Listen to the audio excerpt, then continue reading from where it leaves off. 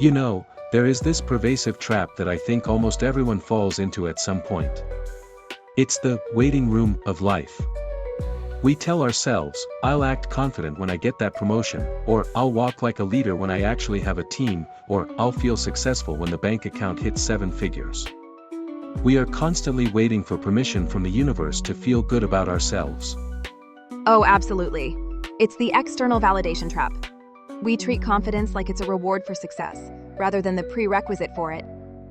But the reality, and this is something Brian Tracy talks about extensively, is that we have the equation completely backward. If you are waiting for the evidence before you adopt the mindset, you are going to be waiting forever. That's a bold claim, though. Because to the average person, acting like you're successful when you're broke, or acting like a CEO when you're an intern, feels, well, it feels fake. It feels like, fake it till you make it, which has a bit of a negative connotation, doesn't it? Like you're a fraud. I get that reaction. But let's reframe it. It's not about deception, it's about alignment. Think about it this way. Life doesn't hand the crown to the person standing in the corner waiting to be noticed. Life hands the crown to the person who is already conducting themselves like a king. Tracy makes a fascinating point here. He says acting as if you are already the best isn't arrogance. It's actually an act of faith. Faith. That's an interesting word choice for a business mindset. It is, but it fits. It's faith in your own potential. Because here is the biological hack. Your subconscious mind is actually not very good at distinguishing between what is vividly imagined, or acted out, and what is real.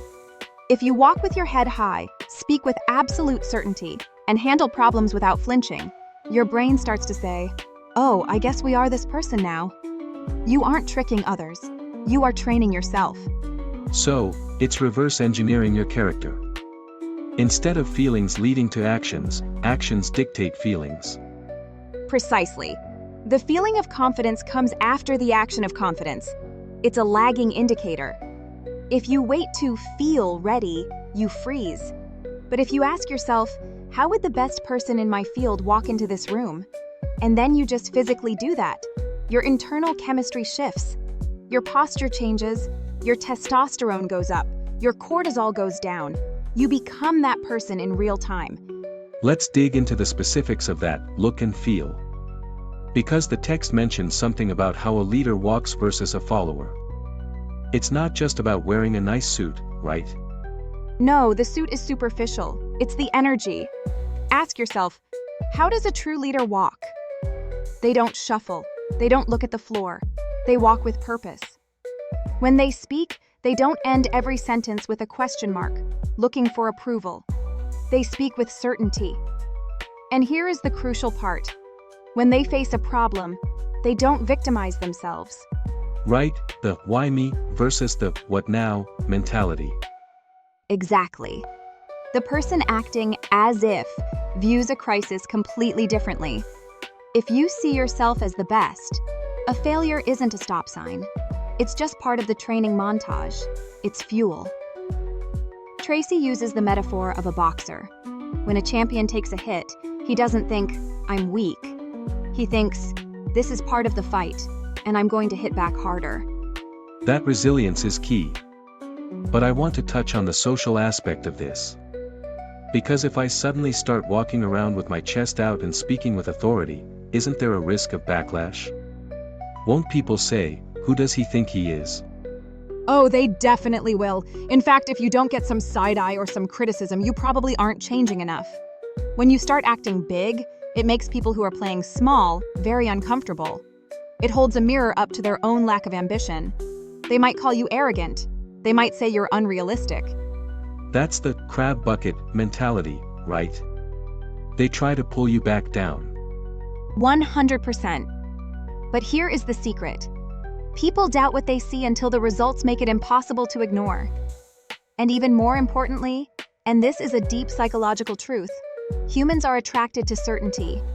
In an uncertain world, if you project absolute clarity and direction, people will naturally align with you.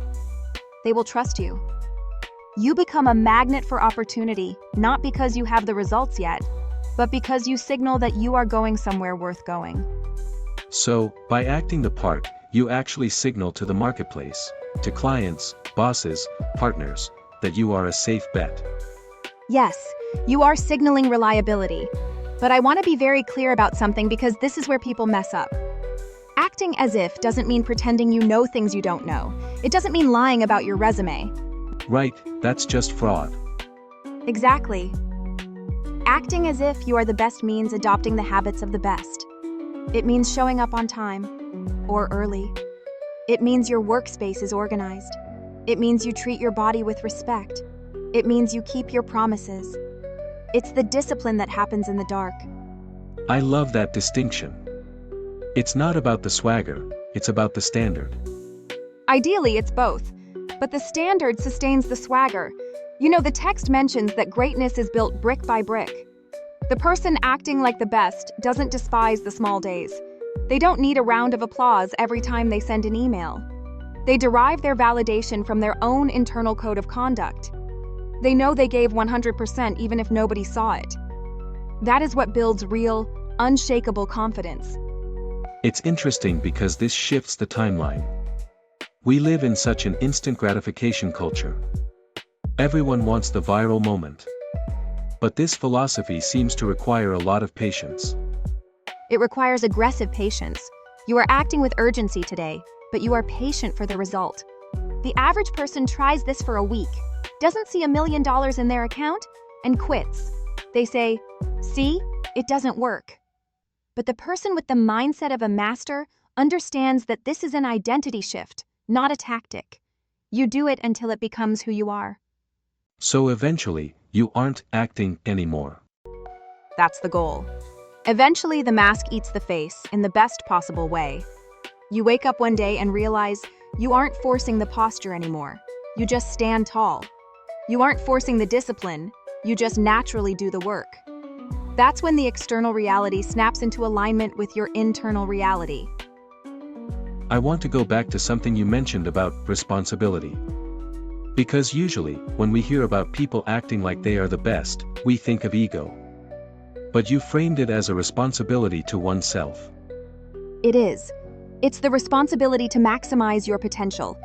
If you are walking around slumped over, mumbling, terrified of making a mistake, you are essentially robbing the world of your contribution. You are playing small to feel safe. Acting as if is a commitment to excellence.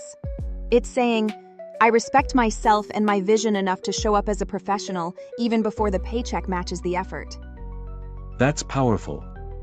It reminds me of that idea that you don't attract what you want, you attract what you are. Spot on. The world is a mirror. If you see yourself as weak, you will find confirmation of that weakness everywhere. If you see yourself as capable, disciplined, and strong, you will find opportunities to exercise that strength. It's a self-fulfilling prophecy. And the beautiful thing is, you can flip that switch right now. You don't need a degree, you don't need capital, you don't need permission. You just need to decide to change the way you walk, talk, and think. It's a decision, not a destination. Exactly. And it's a decision you have to make every single morning. You look in the mirror and ask, what would the best version of me do today? And then you just go do that, even if you're scared. Especially if you're scared. Because the fear doesn't go away, does it? Never. The amateur waits for the fear to leave. The professional, the one acting as if, acts in spite of the fear. And that action is what kills the fear. This has been a fantastic deep dive. It really strips away the excuses. It puts the ball firmly back in our court. If you had to leave our listeners with one thought, one immediate action they could take after this episode ends, what would it be? I would say this. Pick one area of your life where you've been playing the victim or waiting for permission. Maybe it's your career, your health, or a relationship. And ask yourself, if I were already the top 1% in this area, how would I handle the next hour? Not the next year, just the next hour. Would I scroll social media? Or would I focus deeply? Would I eat that junk food? Or would I fuel my body? Just do that 1 hour as the best version of you. Then do it again. That's how you build a kingdom. Start with the next hour. I love that. It makes it actionable. It's not about being perfect forever, it's about being excellent right now. Precisely. Excellence is just a habit, and habits start with a single action. Well, there you have it, folks. Stop waiting for the title, the money, or the applause. Put on the crown yourself, stand up straight, and get to work. The world will catch up eventually. Thanks for listening, and we'll catch you in the next one. Act like a winner, become a winner. See you next time.